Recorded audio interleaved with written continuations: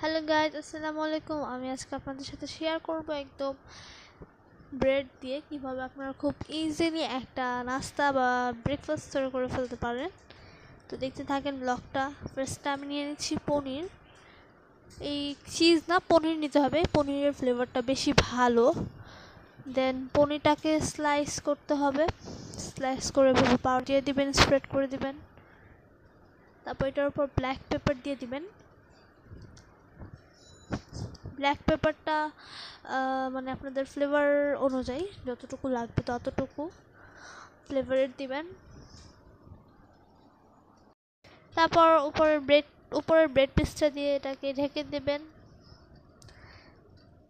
আর তারপর এটাকে ওভেনে একটু বেক করে নেবেন 30 অথবা 40 সেকেন্ড দিয়ে।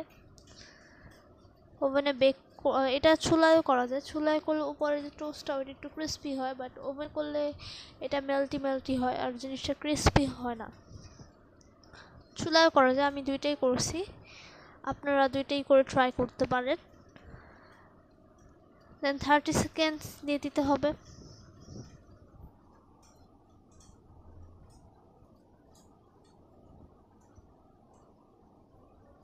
থার্টি সেকেন্ড পর এটাকে আমি বের করে নিচ্ছি, অ্যান্ড এটার টেস্টটা জোস হয় শুধু। সবাই আমার চ্যানেলটিকে লাইক অ্যান্ড সাবস্ক্রাইব করবেন।